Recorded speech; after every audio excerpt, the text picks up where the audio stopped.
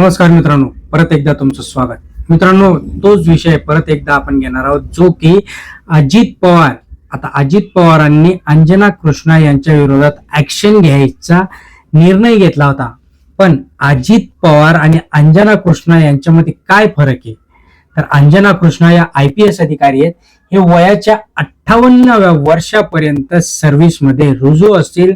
आपल्या स्वतःच्या बुद्धीने, कोणाच्या जीवावर नाही, स्वतःच्या बुद्धीने एक्झाम पास करून IPS झाल्या आहेत आणि त्या पदावर कायम असणार आहेत. दुसरीकडे अजित पवार जे आहेत ते निवडून आलेले नेते. अजित पवार 5 वर्षासाठी निवडून येतात, पुढच्या 5 वर्षाचा थानपत्ता नाहीये. हा ठीक आहे, ते निवडून येत असतील पण ते शाश्वत नाही. त्यांची 5-5 वर्षात परत एकदा तिथे निवडणूक होत असते. आता अजित पवार म्हणता, आता तो व्हिडिओ एकदा बघून घ्या बरं का. करने का ही काम है सर। मिनिस्टर आपके साथ बोल रहा हूँ, मैं आपको आदेश देता हूँ कि वो रुकवाओ और आप जाओ और तहसीलदार को बताओ कि अजित पवार जी का फोन आया था, डिप्टी चीफ मिनिस्टर ने मुझे कहा ये सब रुकवाने के लिए, क्योंकि अभी मुंबई में जरा मुंबई का माहौल एकदम खराब हुआ है, उसको अपने को प्राधान्य देना है। मेरा नाम बताओ उनको सर। वो मुझे आप एक काम कीजिए, आप मुझे मेरे फोन में मतलब डायरेक्ट कॉल कीजिए ना। 1 मिनट, मैं तेरे ऊपर एक्शन लूंगा। अभी मैं खुद आपके साथ बोल रहा हूँ कि आप मुझे डायरेक्ट कॉल बताते हो। सर मुझे ये भी पता है आप सर समझ रही है सर, जो आप बोल रही है समझ रही है, पर मुझे सुनो मुझे देखना है ना, तेरा नंबर दे दो या व्हाट्सएप कॉल करो। ठीक है सर, मैं यहाँ से बोल देता हूँ। ठीक है सर, मेरा चेहरा तो आपको समझ में आएगा ना। ठीक है सर। त्याला अजित पवार जे आहेत ते स्पष्टपणे धमकी देताना दिसत आहेत आणि आरे तुरेची भाषा करताना दिसत आहेत. एका IPS अधिकाऱ्याला अशा पद्धतीची भाषा वापरणं योग्य आहे का? तुम्ही खाली कमेंट बॉक्स मध्ये नक्की कळवा मित्रांनो.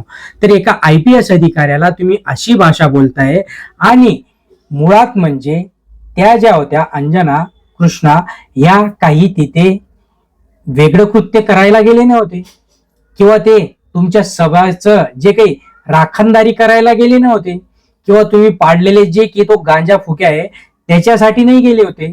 ते जी कायद्याच्या प्रमाणे, कायद्याच्या चौकटीमध्ये बसतं त्याप्रमाणे ते कार्यवाही करायला गेले होते.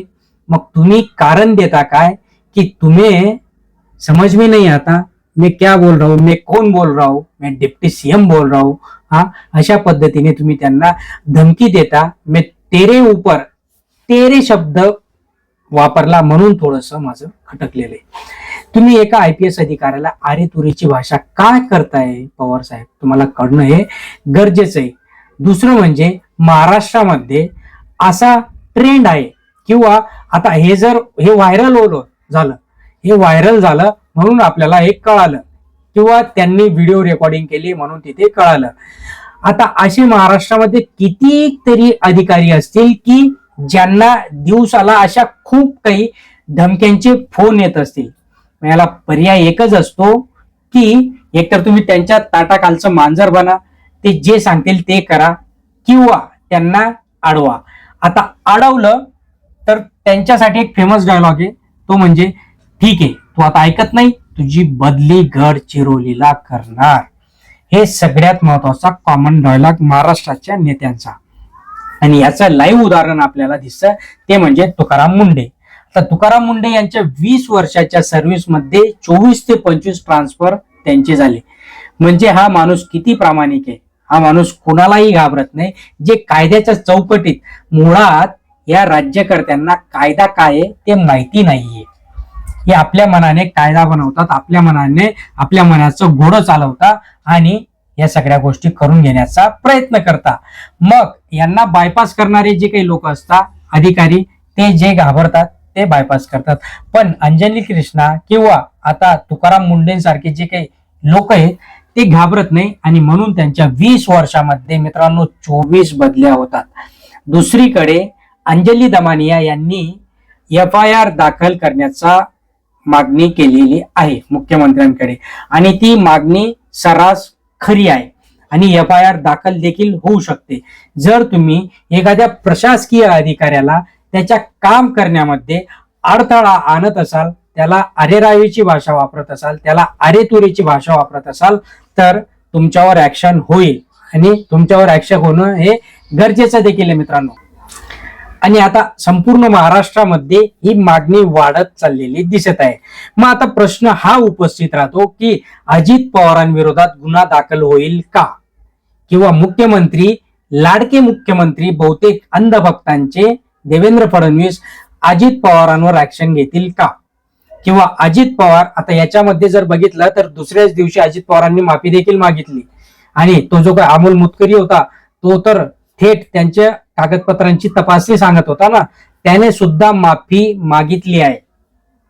त्याने सुद्धा एक जाहीर मीडियामध्ये येऊन माफी मागितली की ठीक आहे, मी काही त्यांना अरेरावीची भाषा बोललो नाही, मी काही त्यांच्या वेगळं काही मागितलं नाही, फक्त आमच्या साहेबांविषयी त्यांनी वक्तव्य केलं आणि म्हणून आम्ही तिथे त्यांच्या विरोधात मागणी केली. आता ही मागणी योग्य होती का, तर नाही, आणि म्हणूनच अमोल मुतकरी यांना तिथे पश्चाताप आला आणि त्यांनी मीडिया समोर येऊन आपली माफी मागितली. तर प्रश्न परत तिथंच येतोय माझ्या मनामध्ये की मुख्यमंत्री देवेंद्र लाडके फडणवीस साहेब हे अजित पवारांविरोधात गुन्हा किंवा FIR, आता FIR दाखल करण्याची देखील याच्यामध्ये धमक पाहिजे. जो को त्या एरिया किंवा जिकडं अंजली दमनिया जातील तिकडे FIR दाखल करतील का, हा देखील सगळ्यात महत्वाचा प्रश्न आहे. कारण की या राज्यकर्त्यांना कुणी घाबरताना दिसत नाहीये, कारण की हे राज्यकर्ते कोणाला घाबरत नाहीये, हा सगळ्यात महत्वाचा विषय आहे. आज जर नेपाळचा विषय बघा, नेपाळमध्ये ज्या पद्धतीने आज उद्रेक झालेला आहे, या ज्या काही गोष्टी झाल्यात, तिथले लोकांनी करप्शनच्या विरोधात, एवढं करप्शन चालू होतं, त्या करप्शनच्या विरोधात तिथे आवाज उठवला. अक्षरशः तिथल्या पंतप्रधानांना पळून जावं लागलं, तिथले संसद पेटवण्यात आली, एवढे मोठे, आणि पोलिसांनी तिथे बेछूट गोळीबार केला. जवळपास कित्येक तरी लोक तिथे मरण पावले. श्रीलंकेचं काय झालं, श्रीलंकेमध्ये पण तेच चाललं. भ्रष्टाचार आणि लोकांच्या मनाविरुद्ध हुकुमशाही करणं हे तिथल्या सरकारला देखील महागात पडलं आणि म्हणून श्रीलंकेची देखील तीच परिस्थिती झाली. त्याच्या आधी पाकिस्तानमध्ये सेम परिस्थिती झाली होती आणि आज लाईव्ह उदाहरण आहे ते म्हणजे नेपाळचं. तर भारतात असं होऊ शकतं का, तर नक्कीच होऊ शकतं. हे जे काही राज्यकर्ते आहेत, हे जे काही स्वतःची मनमानी करतायत, स्वतःची हुकुमशाही चालवतायत आणि वॉशिंग मशीन मध्ये जाऊन आपले सगळे जे काही मागचे कांड करून ठेवलेत ना मोठे मोठे, ते कांड धुवून टाकतायत. कोर्टामध्ये यांचे माणसं बसवले, निवडणूक आयुक्तालयांपर्यंत यांचे माणसं बसवले, सगळीकडे यांचे माणसं बसवले आणि यांना क्लीन चिट मिळत जात आहे. जे विरोधामध्ये त्यांना अक्षरशः मुख्यमंत्र्यांना जेलमध्ये टाकलंय. झारखंडचे मुख्यमंत्री झाले, दिल्लीचे मुख्यमंत्री झाले, या सगळ्यांना जेलमध्ये टाकलं. मग ही हुकुमशाही नाहीये का? या हुकुमशाहीच्या विरोधात आवाज उठवणं गरजेचं आहे आणि म्हणून अंजली दमानिया यांनी व्यवस्थितरित्या FIR नोंदवण्याची मागणी केली आहे. त्या मागणीला माझं तरी समर्थन आहे. तुमचं समर्थन आहे का? खाली कमेंट बॉक्स मध्ये नक्की कळवा मित्रांनो, नक्की व्यक्त व्हा. कारण की हे जे काही विषय आहेत, हे जर आज अशा लोकांबरोबर वागत असतील तर सर्वसामान्य जनतेबरोबर हे कसं वागत असतील?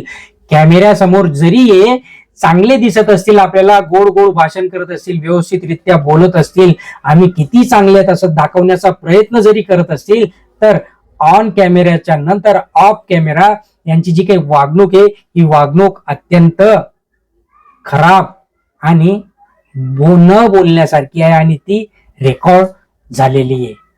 याच्यावर तुमचं काय मत आहे मित्रांनो, खाली कमेंट बॉक्स मध्ये नक्की कळवा. चॅनलला सबस्क्राईब करून ठेवा मित्रांनो, जास्तीत जास्त लाईक करा आणि शेअर करत जा.